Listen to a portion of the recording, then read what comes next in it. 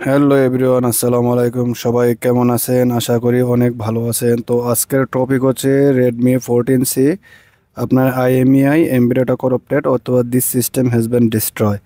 তো এটা আপনি কোন ডিএফটি দিয়ে ফ্লাশ করতে গেলে ইএনজি ফ্লাশ করতে পারবেন না, তো অথবা আপনি কোনো টুল দিয়েই করতে পারবেন না, অথবা অথ টুলে করতে হবে, না হলে আপনাকে আইএসপি করে এটাকে ইএনজি ফাইল ফ্লাশ করতে হবে।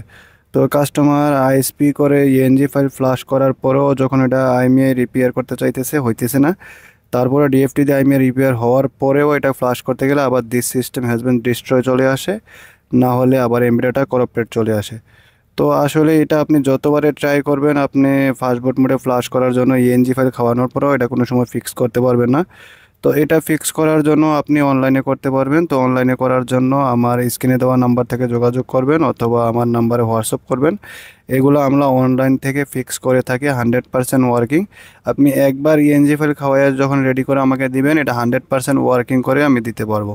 তো তার জন্য পৃথিবীর যে কোনো জায়গা থেকে আপনি কাজটা আমার থেকে করে নিতে পারবেন রিমোটলি।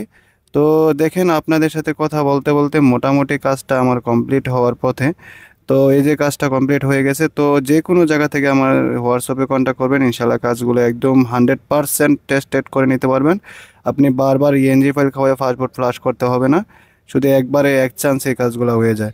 তো সেট আপ করে আপনাদেরকে দেখানোর উদ্দেশ্য হচ্ছে, আমি প্রথমে আপনাকে দেখাতে পারলাম না যে সামনে কি সমস্যা ছিল।